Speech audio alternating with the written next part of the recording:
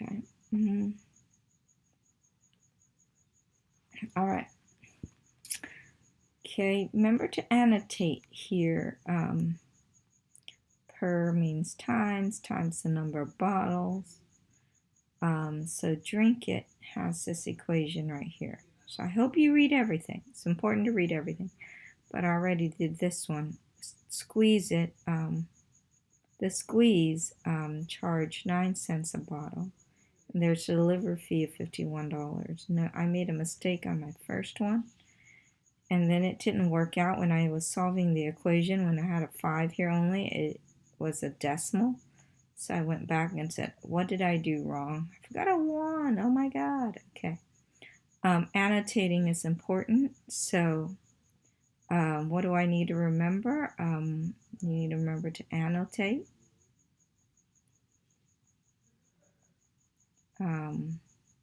Per is times. Put an X right after it. Stuff like that. And remember to define the variable. This is important right here. And then use substitution for the exact point of intersection. So put substitution.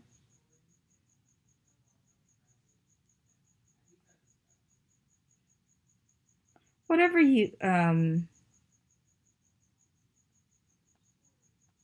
need to remember. A lot of students forget to label the graph.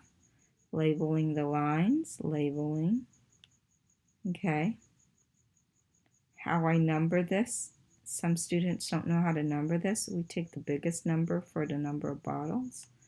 So take that 300, divide by the number of boxes. So that's how I got the answer of 20. That's why I numbered these by 20. Okay, and then this one I took the largest amount, 117, divided by the 15 boxes, and got I think 7.8, something like that. I rounded to 10 and made each one represents 10. Okay,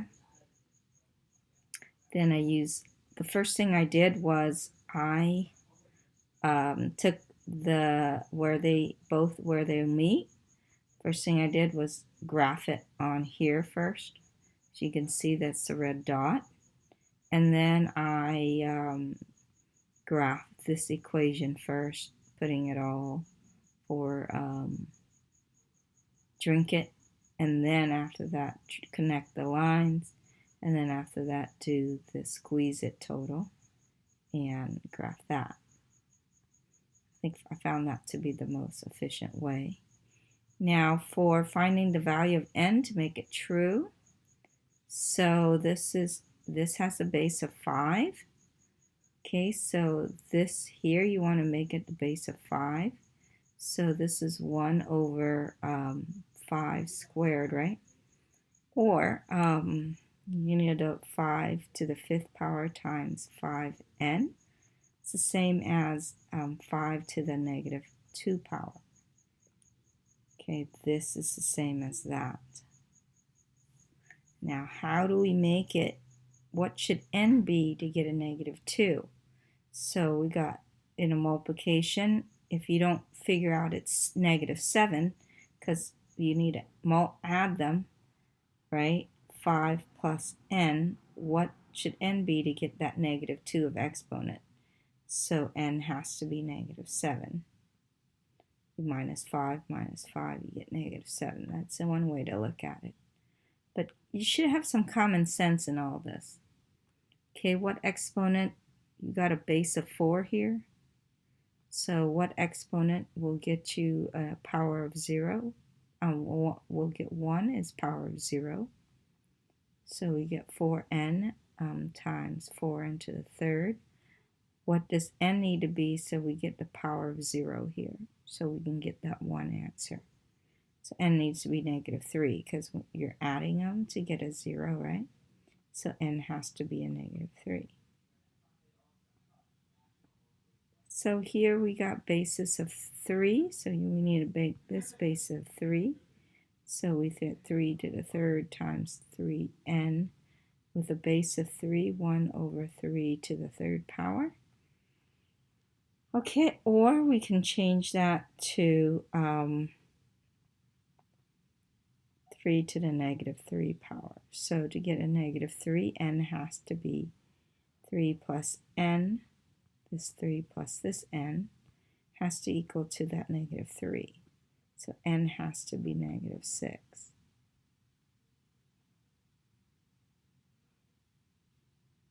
Okay.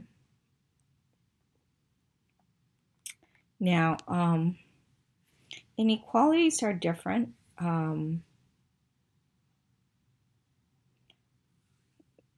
It's one, you would add the exponent, right? Multiplication, you would add the exponent. Plus n is less than. Now you need to make this a power of 6. No, okay, before we do that, that's 1 times 6n less than 6 to the power 2 makes 36. Having all the bases the same is important. So we got n, you would add the 1, right? And it's less than 2. So n is any number smaller, you would subtract 1, right? Make 0 there. 1. Any number smaller than 1 would work. N can be any number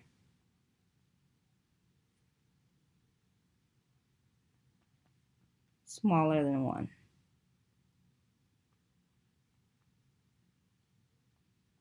Like 0, negative 1, negative 2, etc., etc. So let's make this a base of 5. So we got 5 to the 5th power times 5 to the n power greater than base of 5. To get a 1, it has to be the 0 power. So we got 5 plus n has to be greater than 0. N then is greater than negative 5. Because you minus 5 to both sides, right? That means you can choose n to be any number bigger than negative 5.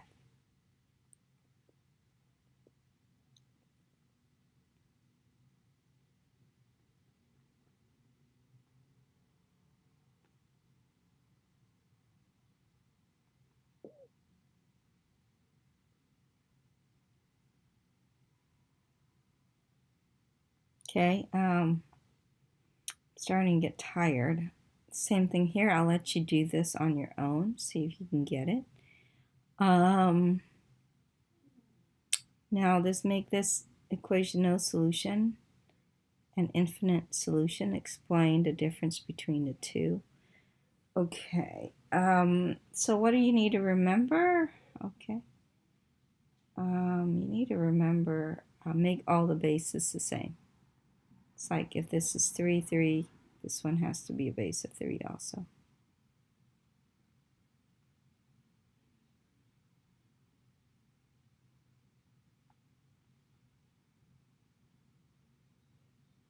Okay. So I forgot to put in the boxes here, right?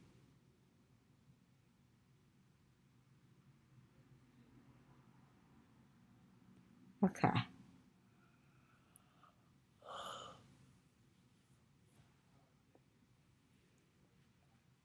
would look at this side first because that's the most term. Put in the number we want. 4, 2.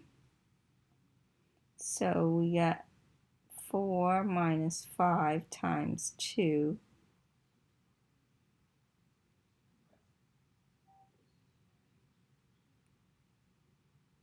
Minus, or this is a negative, so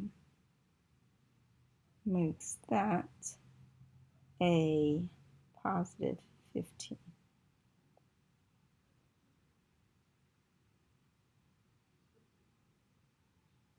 Now compare that to the other side, make it no solution, no solution. The coefficient, combine these two together right here, you get 19. So negative 10x plus 19. The coefficient, the number next to x, has to be the same.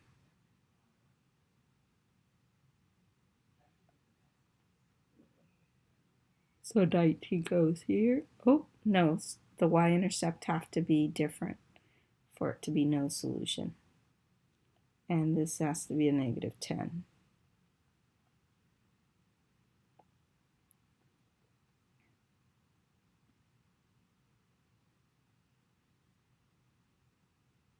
Okay. And number 4, oh, no solution. And then we need to make one that's infinite solution. Well, infinite solution, everything needs to be the same, right? So only the coefficient, which is the slope, is the same. Infinite solution, slope and y-intercept have to be the same. So let's use the same one. We'll use that one. You get negative 10x plus 19. So that also has to be negative 10x plus negative 19.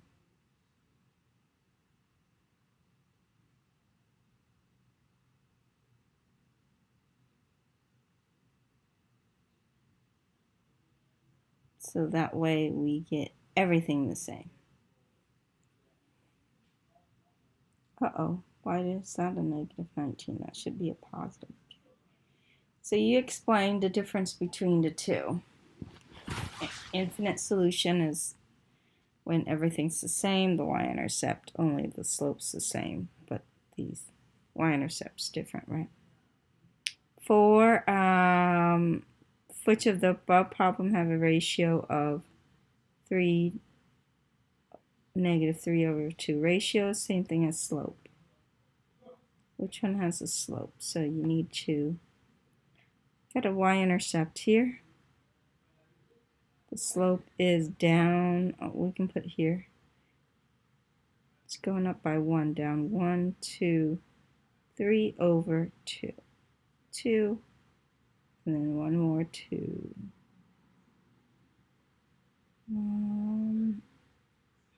3 over, down 3 over 2, right?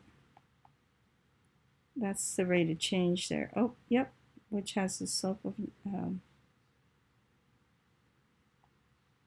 negative 3 over 2. A. Now here, the only way you can do it is use your point slope formula to find the rate of change, the ratio. So 8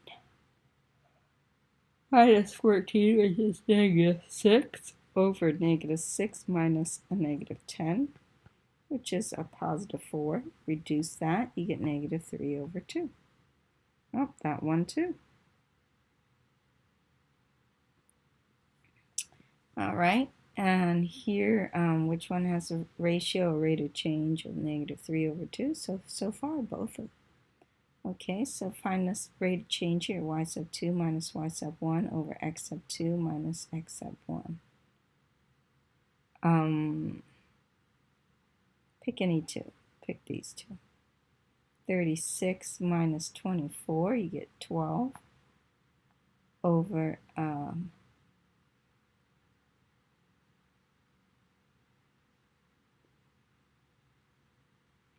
24 minus 16, which is 8, right? Reduce that by 4. You get a positive 3 over 2. Positive, so it doesn't work. C is not it.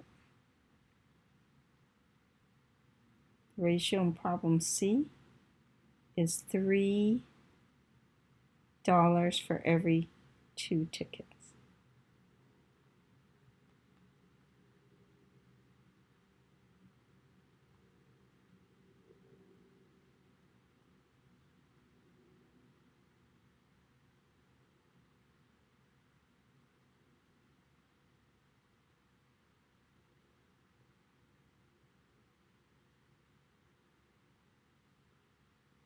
3 over 2, and it means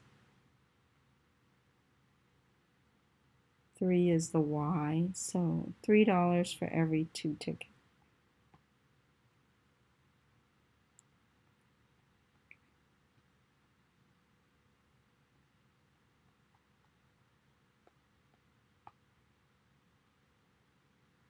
Okay, for every 2 tickets. God, I'm spelling out. See. Okay, and I hope you guys know how to do this one. Calculate the y and x-intercept for each line. Sketch the graph. Okay, x-intercept. Okay, I'm going to leave room. Use cover method.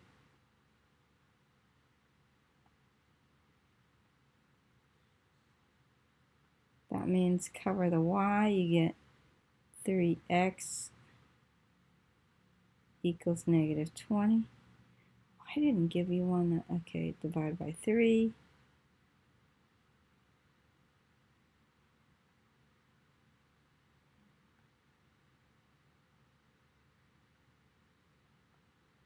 It doesn't go in evenly. It goes in 6 times with a remainder of 2 over 3.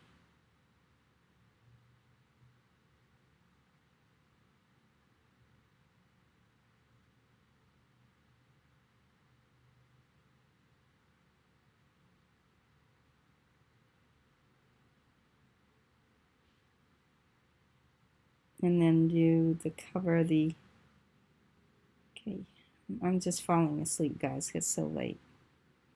Negative 4y equals to negative 20. Divide by negative 4. Y is 5. Y 5, 2, 4, 6. So right there. Sketch the graph. Okay, you do the same here. Cover y, you get negative 6x equals 24. Divide by negative 6. X equals to negative 4. So x negative 4 is right there. You want the y, you want to cover up the x, you get 4y equals to 24. Divide, y is 6. So 2, 4, 6 right there, that's the graph.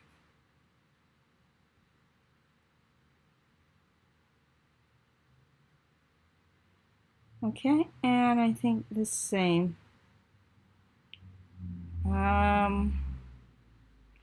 Solve the equation, state if it's no solution. Do not get rid of the fraction first. I see why. These two are alike. So we can make those two equal to 0. Okay, minus 5 over 8.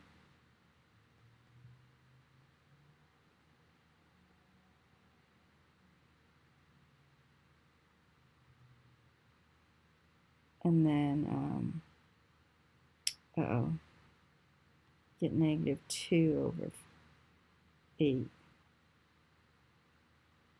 equals to 3 over 4 parentheses m minus 1 plus 2. Okay, which is negative 2 over 8, which is 1/4. I can just change that to a fourth, negative 1/4. Okay, let's just get rid of the fractions. Make life easier. Multiply all of them by 4.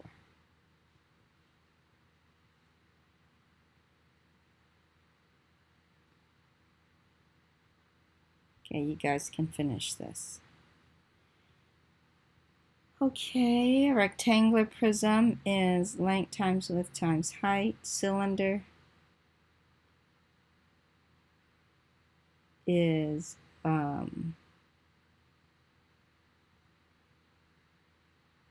okay, and then yeah, got rectangular and cylinder. That's all you got. Nothing else. So there's 2. I forgot to put in.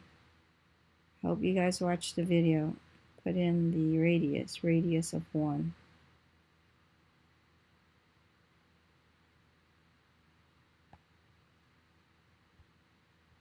Okay. find the volume. So we do the rectangular prism first.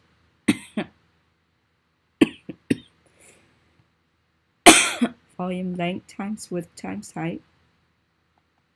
15 times 8 times 2.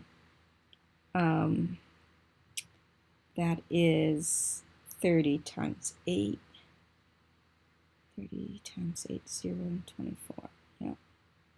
And then there's 2 cylinders, so 2 times the cylinder. There's 2 of them.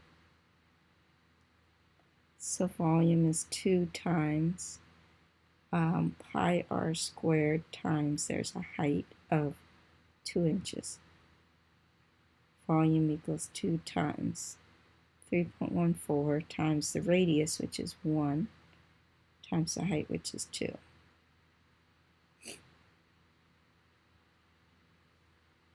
Okay, you get 6.28 times that by 2, you get volume of 12.56. And then you subtract. Last, you would subtract. These two you last add, okay? I'll let you do those. Now, volume of a sphere, 4/3.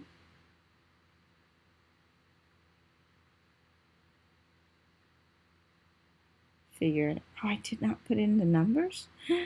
Okay, guys, I hope you're watching the video okay. This whole thing, let's say make it 20. Okay, so let's do the cylinder first. Pi r squared times height.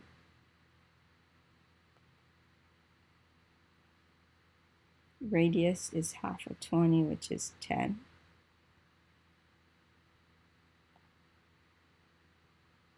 Times the height, which is the height right here is the same thing as the height of the ball, which is 20. Use your calculator and you'll get your answer, okay? And then you do the sphere, which is the ball, and last you subtract.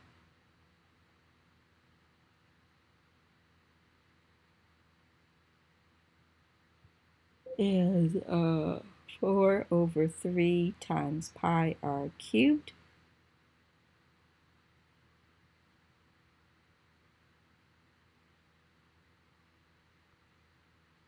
Put in your formula, then subtract last. Oh man, got a long video which I'm falling half asleep. Okay, find the volume of this object. This is a 6, by the way. It's 11. So 2 half hemisphere makes 1 whole sphere.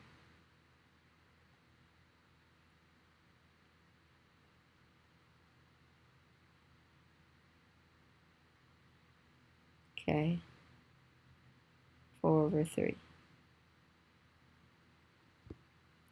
And then find the volume of the cylinder.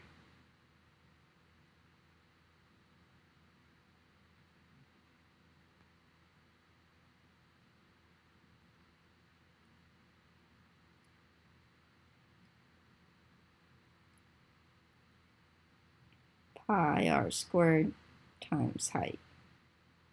2.14 times radius, radius 6 squared times height, which is 11. Okay, and then you would add last. Okay. SQ. Well, can you find that length there? So I would do the large circle, triangle, 8, and this is unknown, versus the small triangle, which is 3, 4.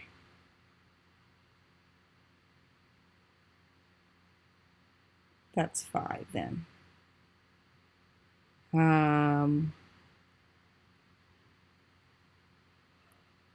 All right. We want to know this side right here. After we find that side, we subtract it from 4. So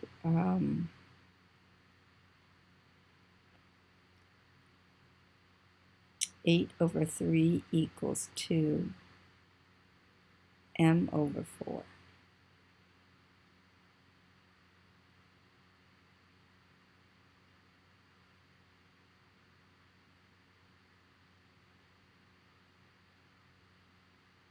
Can't find that out.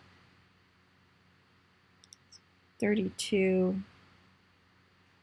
I'm just tired, guys. I know I made so many mistakes here, but I'm half asleep.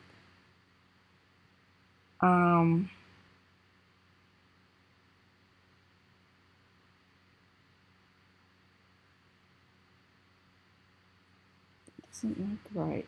4 over 3. Oh, that's a 9. That's why.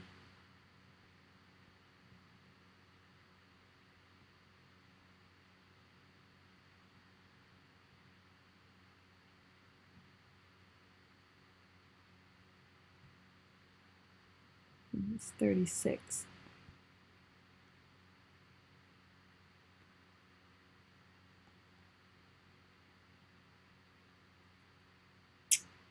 Alrighty, find the value.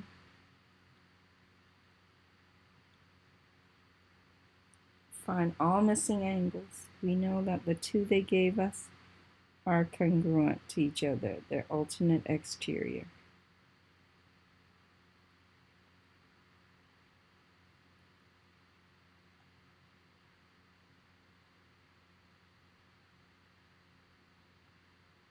Okay, and then we solve for x. Oh gosh, if you don't understand this, ask me when we get back.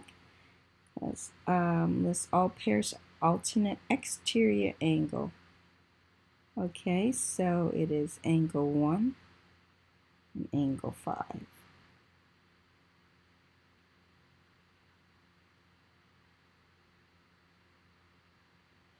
Add angle 2 and 8.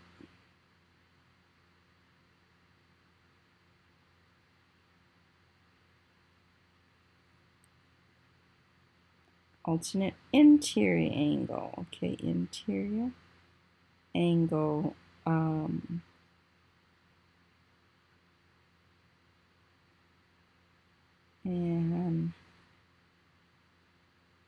angle 7 and angle 4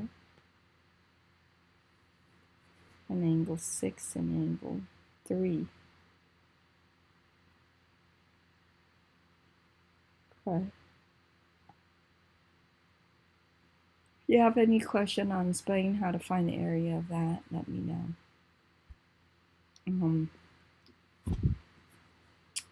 Okay, we'll close there then.